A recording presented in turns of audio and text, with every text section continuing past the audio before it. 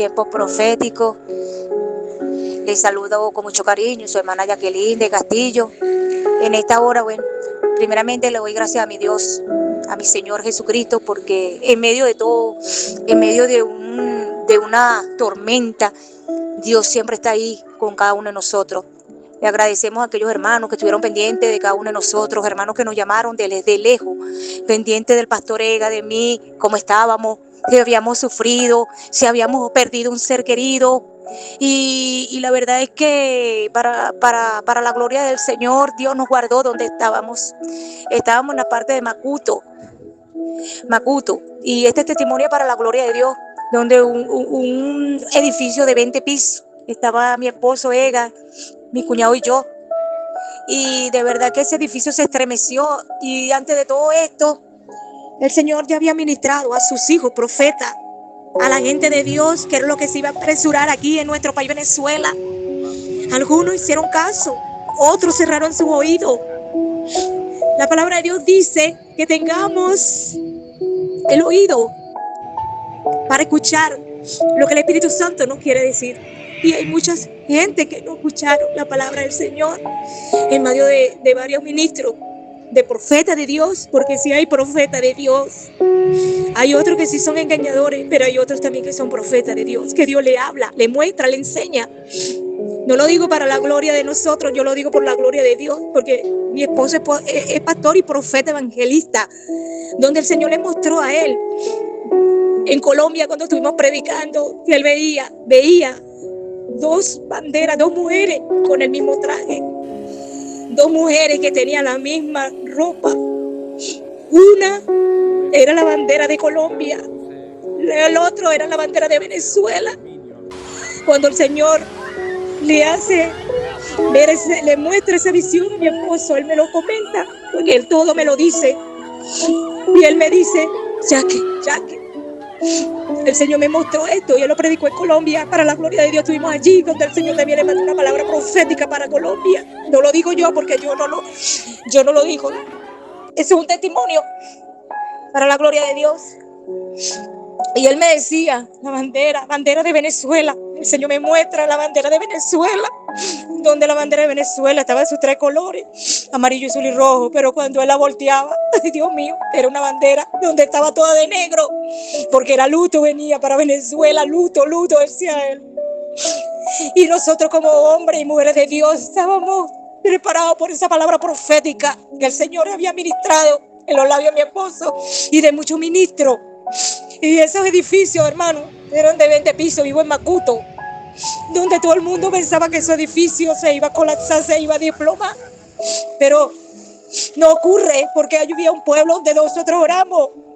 El Señor días antes mi esposo tuvo un sueño, donde él me contó ese sueño y me decía, esposa, viene algo fuerte, viene un terremoto, no sé, quizá. Y él soñó que se sintió ese terremoto fuerte aquí en el estado de La Guaira, porque la profecía era para el estado de La Guaira. Y él me decía, ya que tuve este sueño, donde él se paró quebrantado. El Señor lo quebrantó, empezamos a orar. Y el Señor le decía, el del sueño, él estaba en ese lugar, estábamos en ese lugar del terremoto, donde las paredes se estremecían, donde se caía.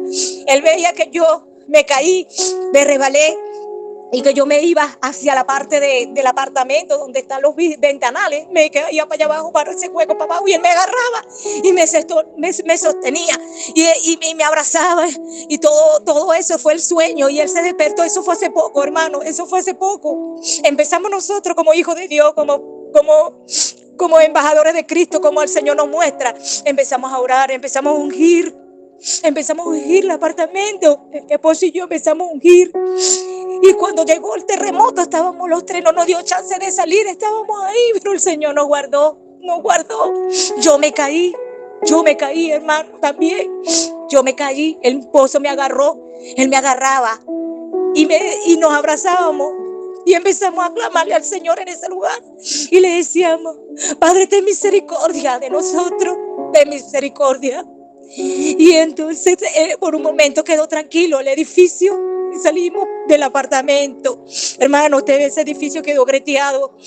Y todo el mundo nos dice que eso fue un milagro de Dios. Y eso es un milagro de Dios, porque nosotros como cristianos conocemos los milagros de Dios y las maravillas. Y toda la gloria es para Dios. Y en esta noche, bueno, le doy gracias a aquellos hermanos que estuvieron orando y clamando por nosotros, por Venezuela, por nuestra nación, porque no es fácil, hermano, ver tanta gente muerta. Ve nuestros hermanos en Cristo también que partieron con el Señor, pastores, unos hermanos que partieron y su congregación, sus hermanos se partieron también, se le cayó su casa, todo a nuestros hermanos pastores. Y esto es una prueba, una reflexión que el Señor nos enseña a nosotros. ¿Para qué? Para ser mejor, hermano, y amarnos, como dice el Señor.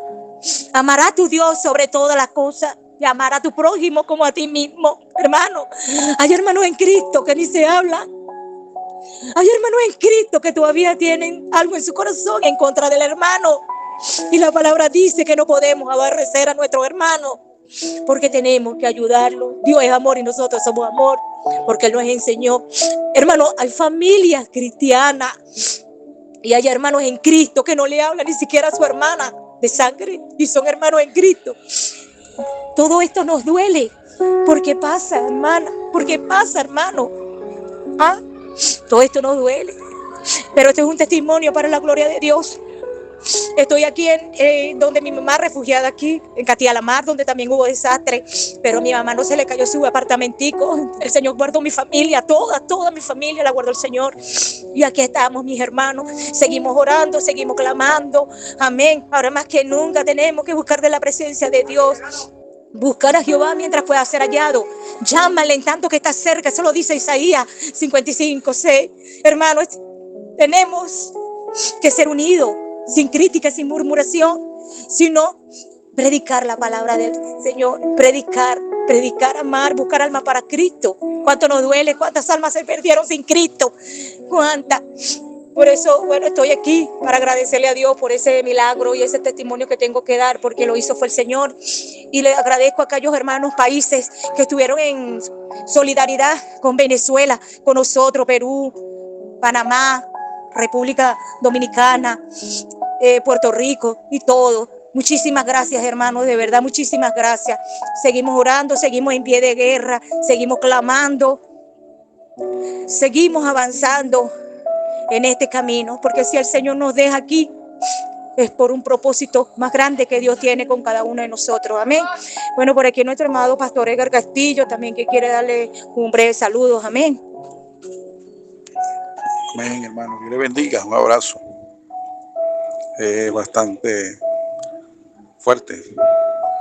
Quiere decir que Dios sigue mostrando su misericordia y su amor. Pero permítame decirle que Dios llama a un arrepentimiento genuino en los altares, porque todavía hay odio y rencillas. Lamentablemente aún existe en la iglesia. Viene el juicio por la casa de Dios. Muchos pastores difuntos, líderes, gente que son de Dios y hay otros que no. Y la Biblia aborda este problema, este odio. ¿Por qué odias a tu hermano? ¿Sí? ¿Por qué tanto orgullo? ¿Por qué tanta división? La gente tiene que entender que superarlo requiere un esfuerzo constante para perdonar y para aplicar el mandamiento del amor. Así que el origen de todo esto, los cielos, el orgullo, el egoísmo, que son las raíces principales de las contiendas. Y es una gravedad. Cuando ustedes pueden percibir si hay una gravedad en este lugar. Y yo quiero decirle que el resultado del odio, el resultado de la rencilla, despierta y crea divisiones que dañan el testimonio de la iglesia. Por eso mucha gente dice, yo no voy a creer en nada de eso. Yo no voy a creer a esa palabra. Y la solución, pues la instrucción divina es perdonar, como Cristo perdonó. Hay pastores o hay hombres y gente que dirige y dice, bueno, yo soy dueño de esto. Se han creído dueños ahora de la iglesia. Yo no voy a invitar ni voy a buscar a nadie para que venga un internacional, porque ahora han llegado a esos extremos. Y hay otros que vendieron su progenitura y le dieron la tutela al Estado para que el Estado les dé todo. Y entonces tenemos que entender que cómo profundizamos esto. Tenemos que sanar heridas y evitar que el resentimiento afecte la vida espiritual de mucha gente que está ministrando con odio, con rencilla, con rabia, con división, con envidia, con celo ministerial.